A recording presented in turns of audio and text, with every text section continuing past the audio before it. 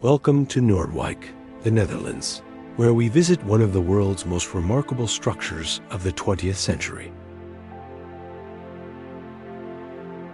And no, it's not this Ferris wheel, because today we delve into a fascinating and one of the few remaining fully intact coastal batteries of the 5,200-kilometer-long Atlantikwall. We'll unravel the well-oiled machine that was such a coastal battery, and how the Germans were able to build this enormous defense line along the coastline so quickly.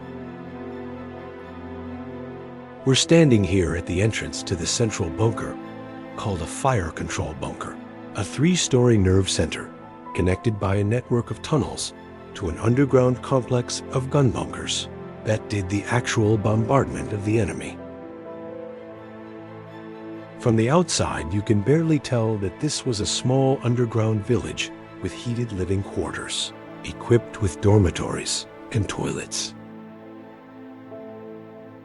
Try to imagine that this is just one of more than 6,000 bunkers that were built since Adolf Hitler ordered the construction of the new West Wall in December 1941, which would soon become known as the Atlantikwall. But let's quickly go inside, because out here, enemy fire could hit us. We enter in the central innermost part of the fire control bunker, where command was led by Battery Officer Koch. He based his command to shoot on detailed information from the bunker's 3 different observation rooms, of which the lowest 2 were used to scan the sea with binoculars 24/7 for enemy ships. As soon as an enemy was spotted, technical observation work took place in the 3rd and highest observation room, the roof of which still protrudes above the dune sand. Behind its windows is a 4.2-meter long rangefinder with telescopes, used by 2 soldiers simultaneously.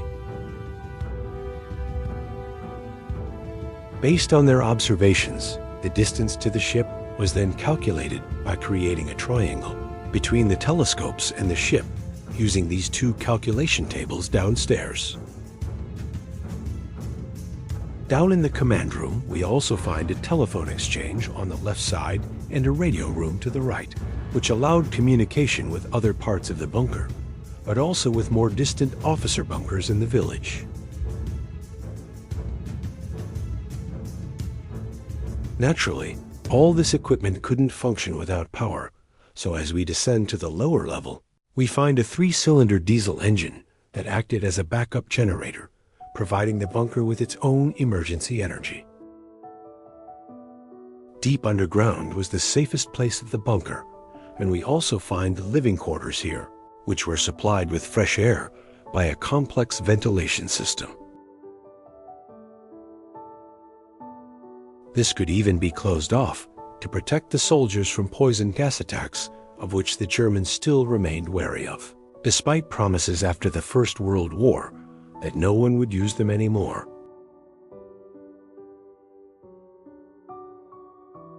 After this visit to the fire control bunker, we go back outside to take a look at the gun bunkers that are connected to it. The southernmost gun bunker actually lies as far as Noordwijk's first houses and is close to the ammunition bunker that now houses another recommended World War II museum. The story of the bunker complex's construction, of which we see the first photos here, is also remarkable. Initially, German soldiers carried out the work in 1940, but because Hitler wanted so many bunkers, Dutch contractors were commissioned from 1943 onwards, and by the end of 1944, they had received more than 4.5 million guilders for the construction of the Noordwijk Battery. The bunkers were not designed on site, but assembled with so-called Regelbouw standard bunkers, as if they were an IKEA construction project. They had already been developed for the German West Wall, which was built in the 1930s against the French border. And according to strict protocols, the outer walls were 2 to 3 meters thick, so they would withstand the heaviest enemy fire. Thanks to a combination of Regelbau and the hiring of local workers, the construction of the Atlantikwall progressed steadily, and in this remarkable aerial photograph from 1945, a trained eye can see that the Noordwijk Battery is fully completed.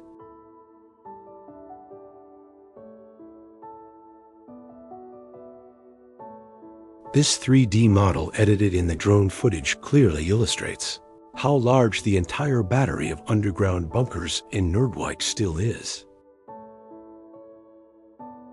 Around 2,400 cubic meters of concrete were poured into the ground, making the Noordwijk bunker one of the largest in the Netherlands. The entire complex is a whopping 500 meters long, and the underground corridor even has a train track in the floor, allowing ammunition to be moved quickly by a wagon to the gun bunkers out of sight of enemy fire. With the threat of attacks from the Allies, the bunker's manning was quickly increased in 1944, and by March 26th, it housed 90 soldiers and 27 officers. Each of the 4 gun bunkers housed a gigantic 15.5 centimeter gun, capable of reaching enemies from as far as 18 kilometers away. As soon as instructions from the command room arrived, fire could be opened on the hapless sailors in the ship targeted. When on March 27, 1945, the bunker was finally completed and operational, it was actually too late, because the invasion of Normandy was already well underway. Also because the fact that the resistance had obtained drawings of much bunkers, as they had been shared with builders everywhere. The Allies took the safe land route, so also Batterij Noordwijk itself never experienced a major attack from the sea. After the capitulation, the German soldiers that were still present in Noordwijk were disarmed by the Canadians and forced to perform tasks such as excavating landmines in the dunes.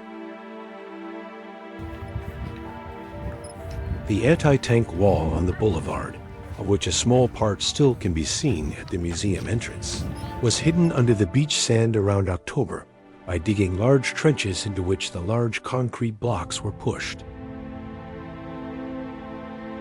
In November 1945, both the 4 guns and almost 2,000 shells were still reported to be in the bunker, which was put into use as a mushroom farm from 1946 onwards because it was too heavy to remove. Fortunately, the entire complex always remained intact, and thanks to a large group of volunteers, it was reopened as a museum in 2005. To this day, the unique bunker can be admired all year round, making it well worth a visit for history lovers.